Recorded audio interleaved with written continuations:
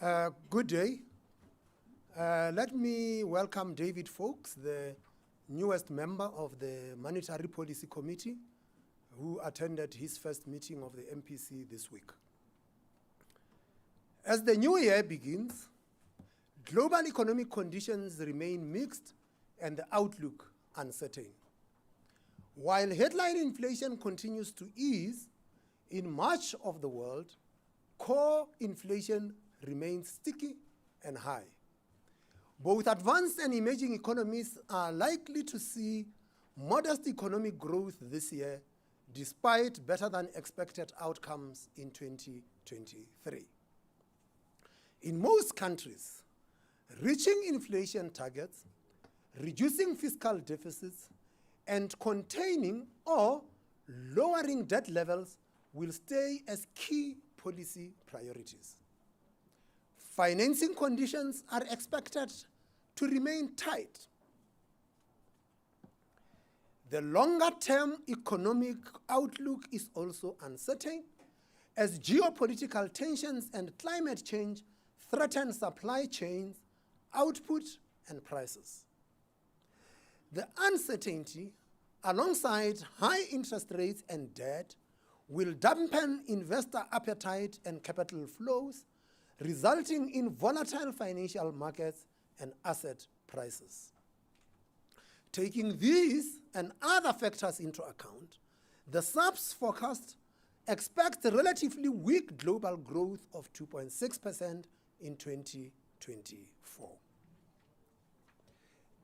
The domestic GDP outcome for the third quarter of 2023 was weaker than expected at a negative 0.2%. We expect the fourth quarter to show some improvement, with output expanding by 0.4%. The weaker performance of the economy in the latter half of 2023 is in line with the bank's forecast. The operation of ports and rail has become a serious constraint, and alongside electricity shortages, contributed to weak output growth and higher costs last year.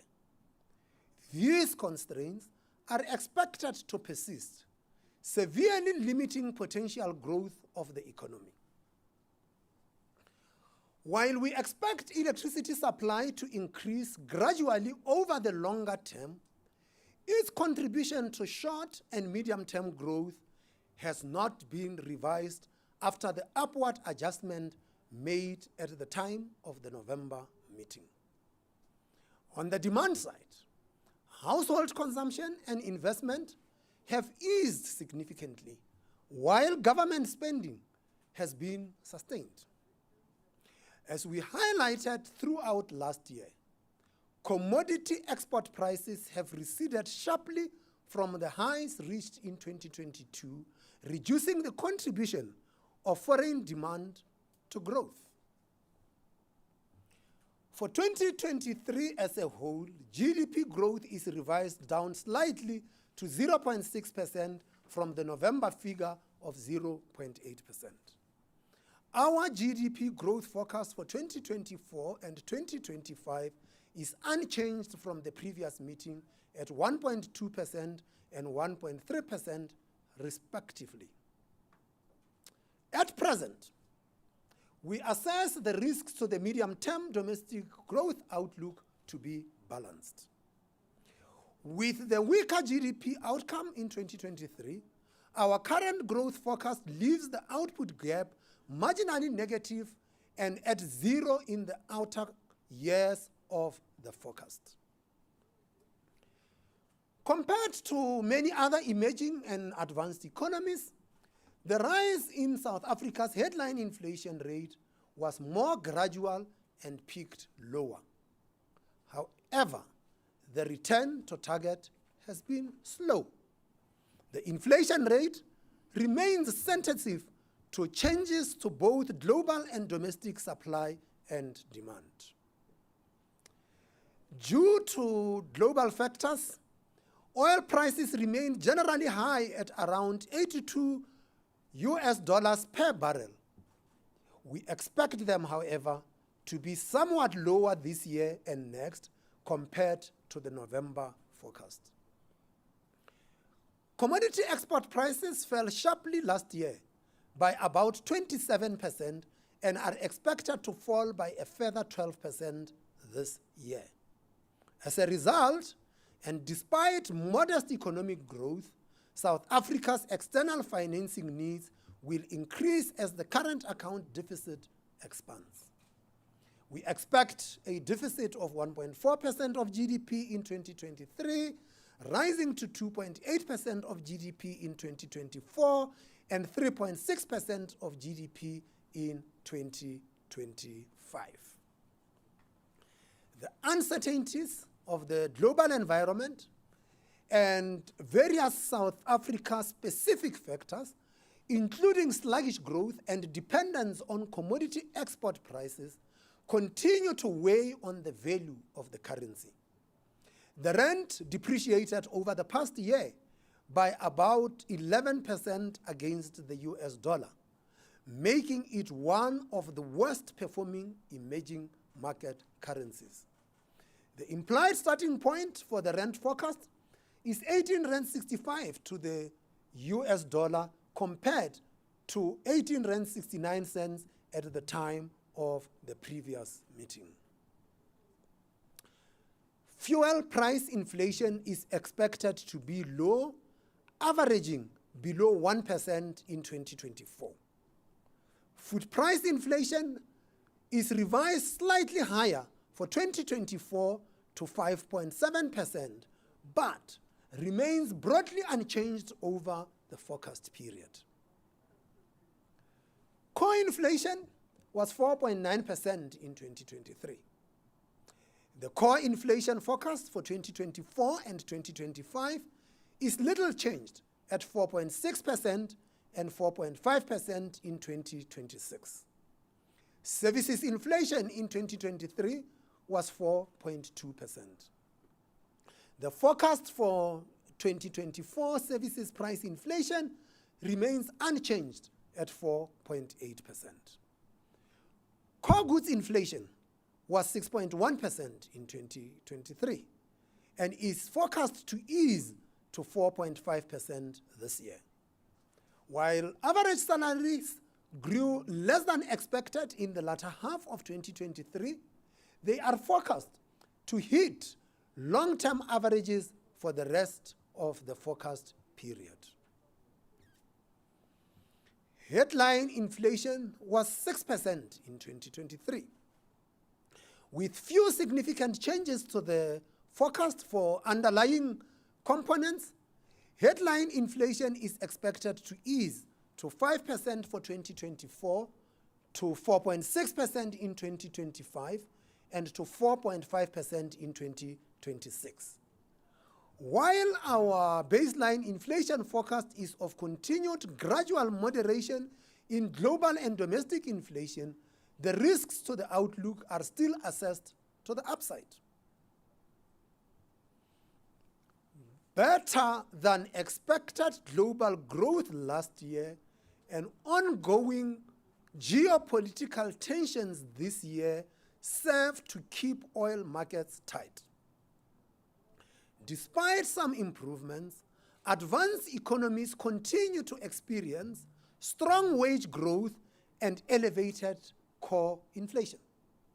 South Africa's imported goods inflation increased strongly last year and despite some better recent outcomes, remains sensitive to currency weakness. Recent increases in egg and potato prices remind us that domestic food price inflation remains unpredictable and high. Electricity prices and logistics constraints continue to present clear inflation risks. With fuel and food price inflation remaining volatile, risk still attaches to the forecast for average salaries. Housing and services prices, more broadly and in contrast, may continue to provide some downside relief to the inflation risk profile. sticky inflation in G3 economies implies that their average policy rates will remain elevated at about 4.3% in 2024 compared to 1.1% average seen in 2022. These tighter global financial conditions raise the risk profile of economies needing foreign capital. South Africa's long-term cost of borrowing is expected to remain, and despite moderating inflation, long-term bond yields currently trade around 12%. The rise in inflation in 2022 generally resulted in higher inflation expectations across markets, businesses, and households in 2023. Medium and longer-term market expectations for inflation remain elevated. The December survey of the Bureau for Economic Research shows average inflation expectations increased to 5.9% for 2024. Achieving permanently lower inflation and interest rates requires inflation expectations to be closely anchored to the midpoint of the target band. Against this backdrop, the MPC decided to keep the repurchase rate at its current level of 8.25% per year. The decision was unanimous. At the current repurchase rate level, policy is restrictive, consistent with the inflation outlook and the need to address rising inflation expectations. Serious upside risks to the inflation trajectory from global and domestic sources are evident, and as noted earlier, the economic outlook is highly uncertain. The inflation and repo rate projections from the updated QPM remain a broad policy guide, changing from meeting to meeting in response to new data. Future committee decisions will be data dependent and sensitive to the balance of risks to the outlook.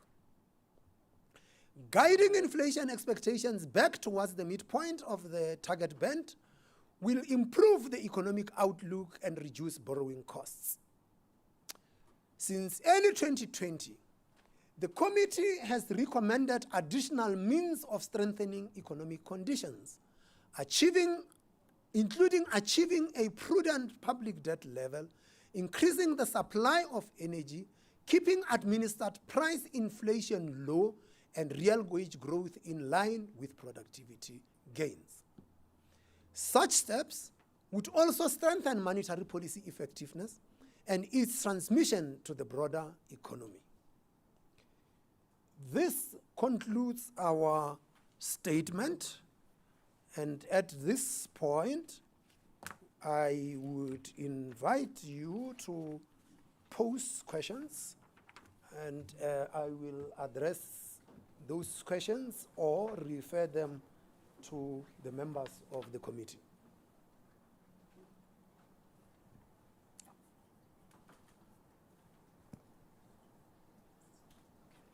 Afternoon, Governor and Deputy Governors. It's Kopano Gumbi from Reuters. A few questions for everyone. First, do you believe that inflation will still be the dominant theme or trend for this year, and that higher for longer remains the message that the Reserve Bank is trying to communicate to the market?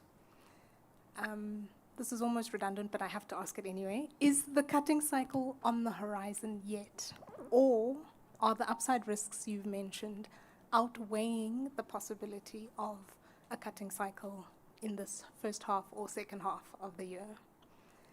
And then thirdly, Stats SA data up to Q3 at least shows us that the economy has been hovering around 0% growth this last year. Households are in a recession, to quote Stats SA. following 2 consecutive quarters of negative growth from the consumption expenditure side. Disposable incomes have also contracted a bit. Inflation is now steadily falling, and as you say, your output gap is now negative. So given those scenarios, why not cut rates?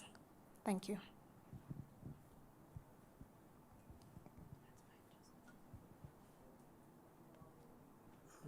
Kopano, you seem to be the press conference today. Greetings, it's Balesa Mufukeng from CNBC Africa. Governor, given all the risk factors that you outlined, in your view, what factors would you say are most likely to count the most in determining not only the depth, but also the pace of the rate cutting cycle? Thanks.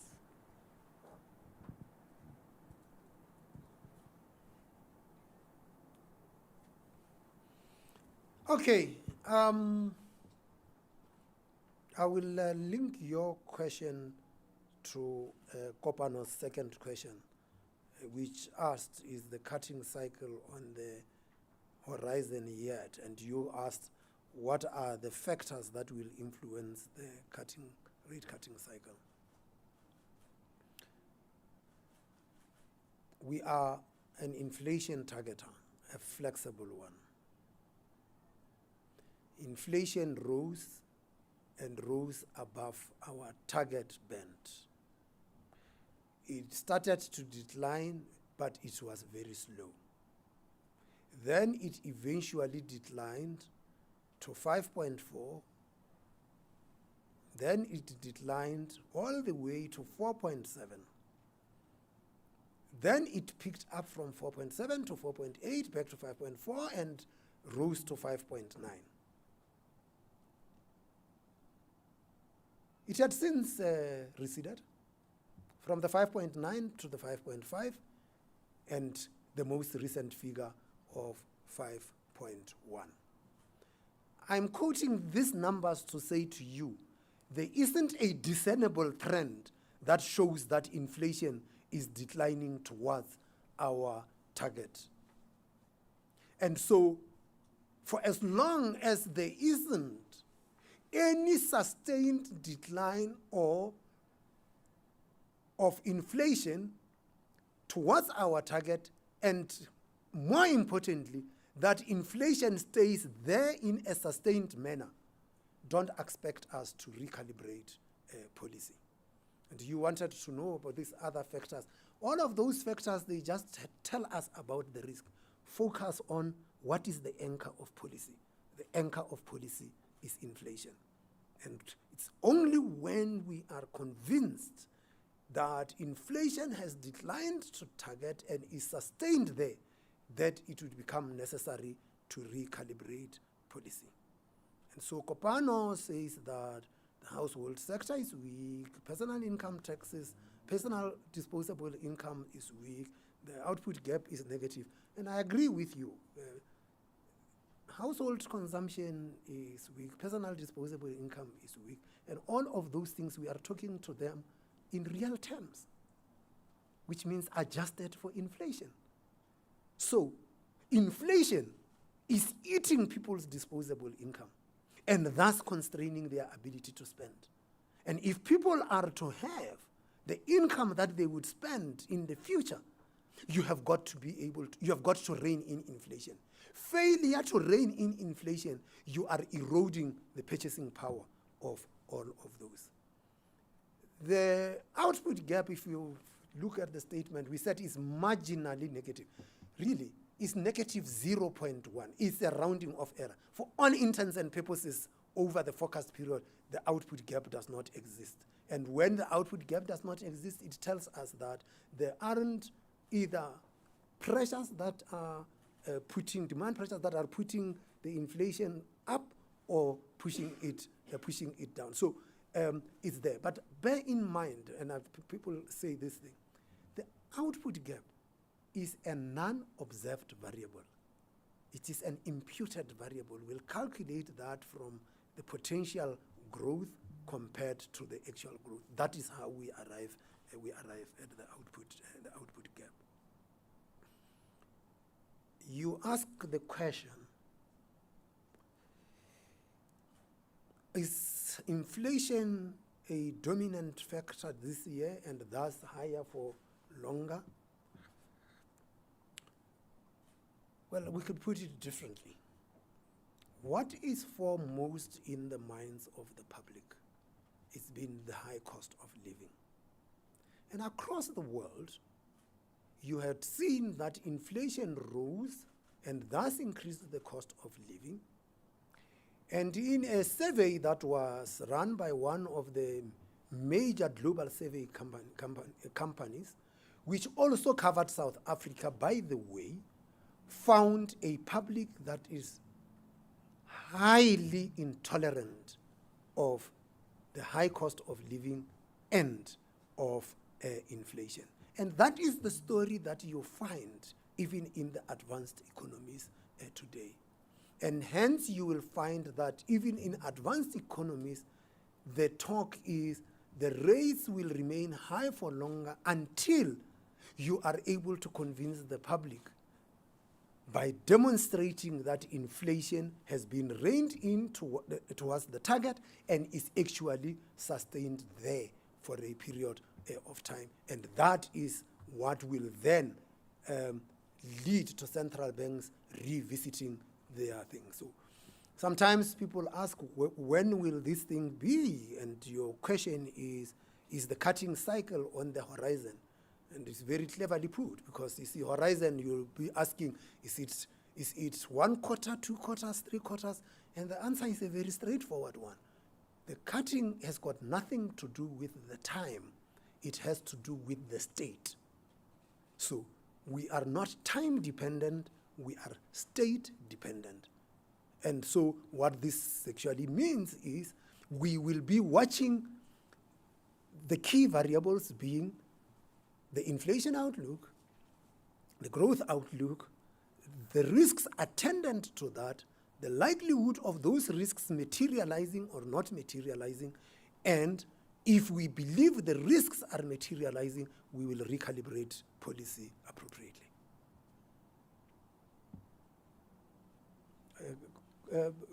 You have a mic. Good afternoon. I wanted to wait because it's not related to today, but 2 questions to the Your SARB. It's Dogozo Kumalo from Newsroom Africa. So 2 questions. One, just the response to ANC in KZN saying that they will march to the Reserve Bank, obviously in relation to high interest rates, the inflation versus high interest rates. And then South Africans were waiting for this announcement, West Bank being a big story around the overcharging of interest rates. Does the Reserve Bank have anything to say in that regard? I know Financial Investigator was planning to write to the SARB on that issue. And then if perhaps Mr. David Fawkes could just introduce himself to the nation, please. Thank you. I introduced him. Well, a little bit more in-depth from him. Thank you. I introduced him, and we will circulate his bio so that you know who he is. Okay. Yes, ma'am. It's Monique from Bloomberg. I wanted to know, did all 5 MPC members vote in today's decision for it to be on hold, or was it just 4? Come again? Was the decision made by 5 MPC members today, or was it 4? Okay.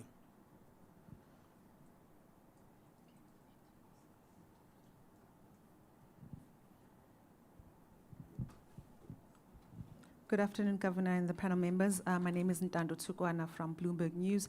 My question is around the tensions in the Middle East, as well as the tensions in the Red Sea region, and whether how concerned you are about those tensions that have triggered supply chain constraints, how worried you are in terms of them interrupting your efforts in slowing down inflation, and is that in part helping to keep you hesitant about relaxing monetary policy?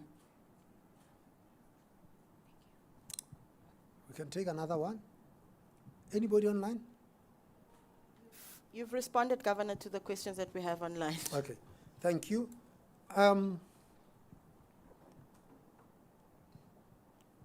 Ntokozo, you're right. I will deal with your questions once we are done with the business of the MPC. Monique, so it is said David Fox joined the MPC. He attended his first MPC this week. So he was a full participant this week. He was appointed with effect from the 11th of January. And so there were 5 people. So when we say it was unanimous, it was not unanimous of 4 minus excluding the 1.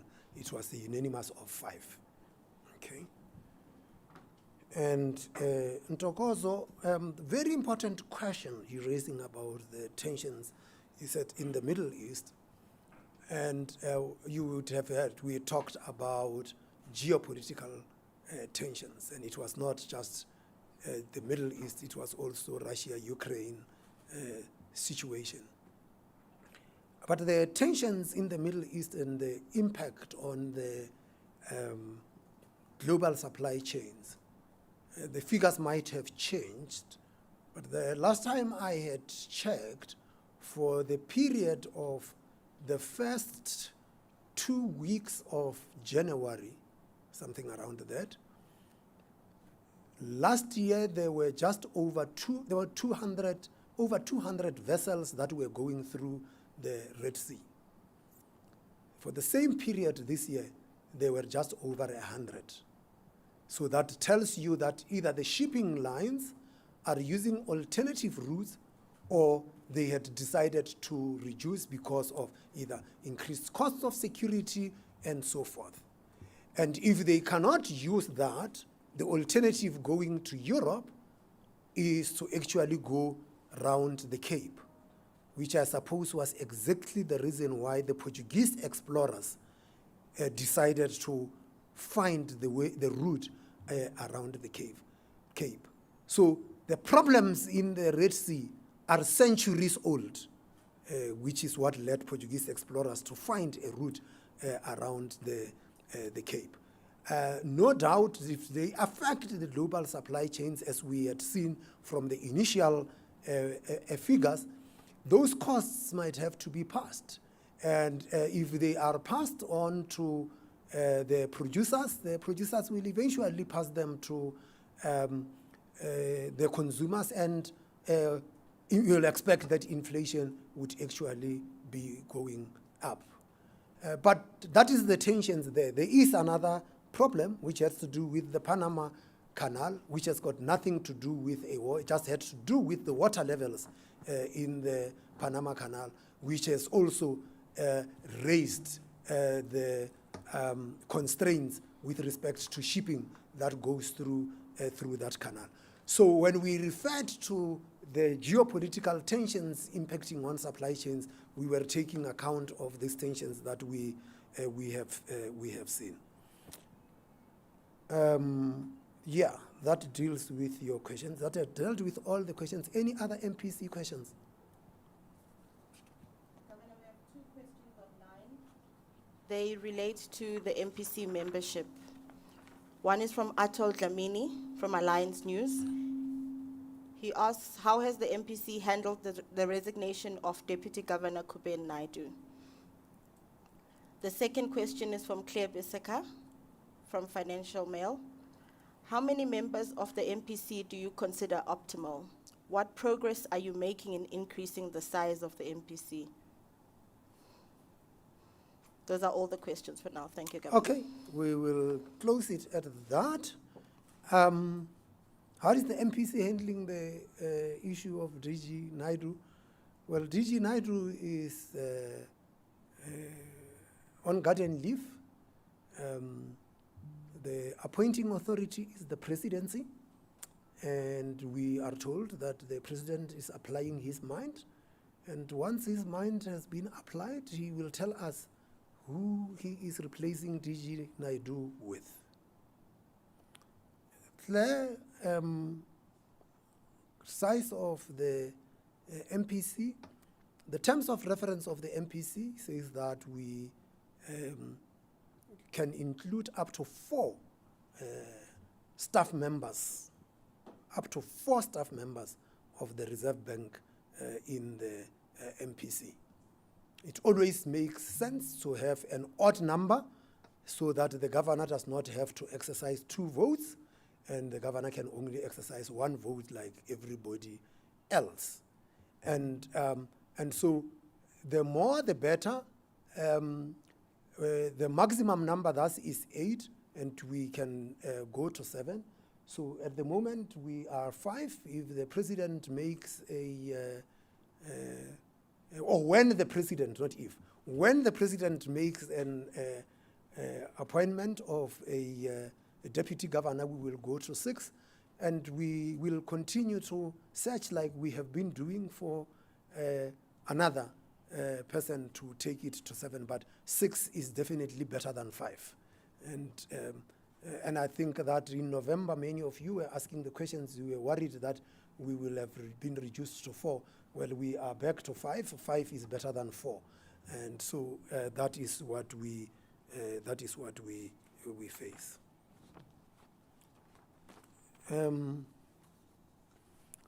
Ntokozo, ANC KZN marched to the Reserve Bank about interest rates. I guess when they march here, we will receive the memorandum. We do not know what is in their memorandum, so we can't respond to something we haven't seen. Suffice to say that interest rates are a response to high inflation. And if inflation declines, we can always have lower interest rates. West Bank is a subsidiary of an entity we supervise. We do not comment on anything that has to do with the individual supervised financial institutions. If that financial investigator writes to us, we will deal with that.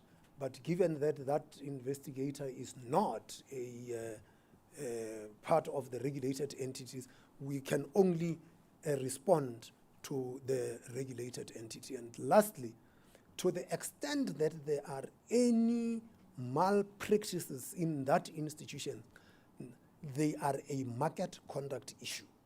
And if it's a market conduct issue, correctly, it should be dealt with by the Financial Sector Conduct Authority. But I've got no doubt that if you were to ask that question to the Financial Sector Conduct Authority, they will say to you, we will not comment on individual financial institutions.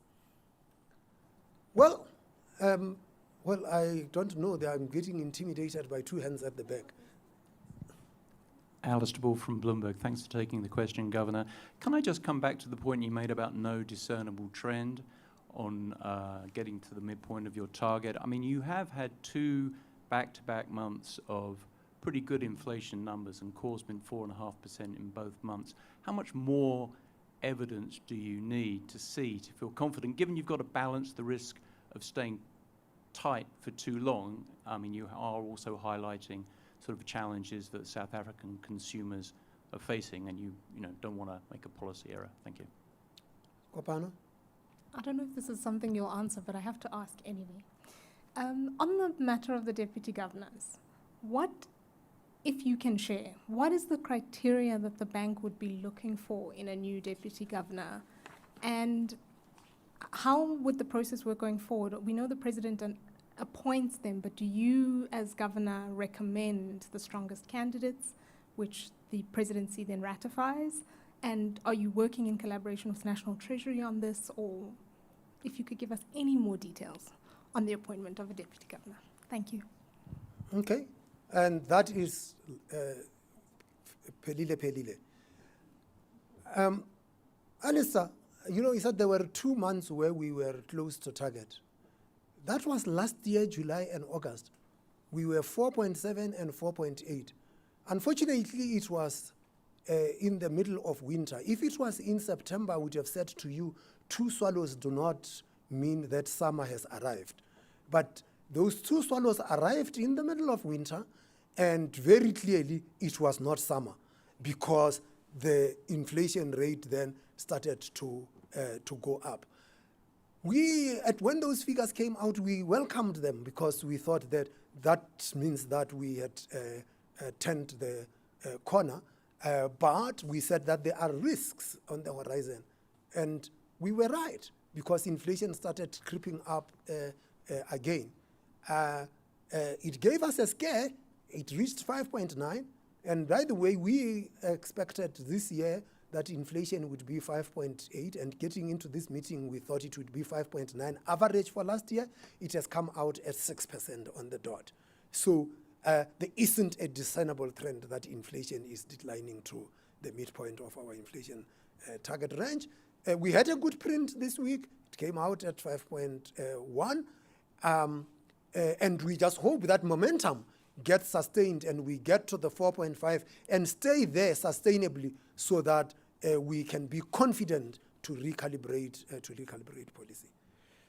Kopano, the requirements for a deputy governor in the Act are actually fairly simple. It says that there must be somebody with tested banking experience and that.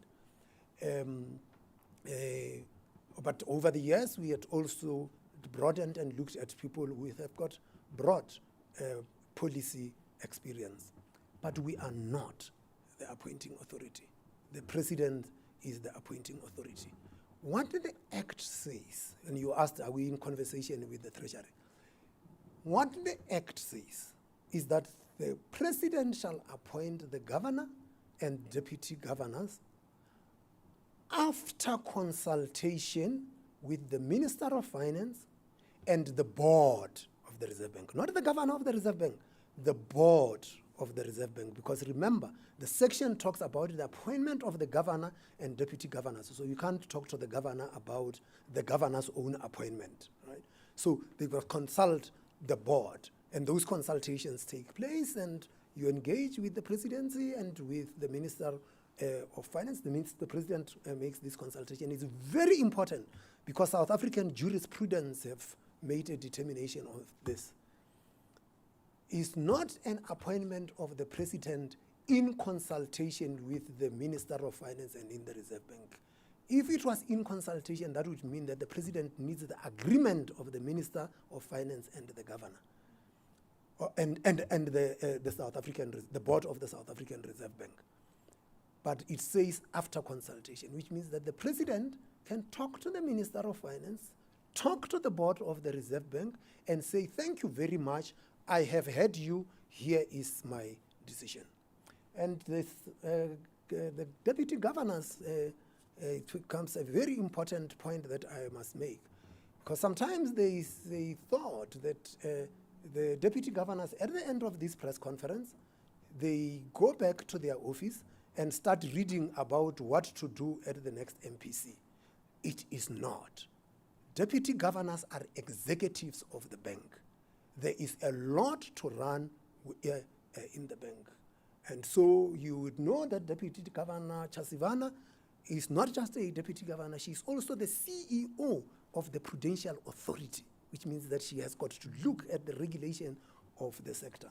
Deputy Governor Kasim is responsible for financial markets and international work. And once again, these are massive responsibilities, and that involves the advancement of South Africa's positions in international positions, and it includes the execution of monetary policy. Deputy Governor Naidu was responsible for financial stability, which is very important, including the resolution of failed financial institutions. He was responsible for the national payment systems. He was responsible for economic statistics. He was responsible for the fintech unit and the innovation. He was responsible for risk management. He was responsible for the currency producing subsidiaries of the Reserve Bank, which means that he had responsibility to make sure that banknotes are printed and are available, that coins are minted and are available. So that is the bulk of the responsibilities. And Once he is done with all of those, every 8 weeks or so, he will come here and join us on the panel and say what had actually happened with rates. So it's very important to understand that deputy governors are not just economists here. They are executives. And that is what we actually face. So thank you very much. That concludes the proceedings of today. We shall see you in March. Just remember that in March, the announcement will be on a Wednesday because of the Easter long weekend. And so we will see you then. So don't make a mistake and think that you will come here on the Thursday. You will be stuck in the traffic to Moria. So we will see you in March. Thank you.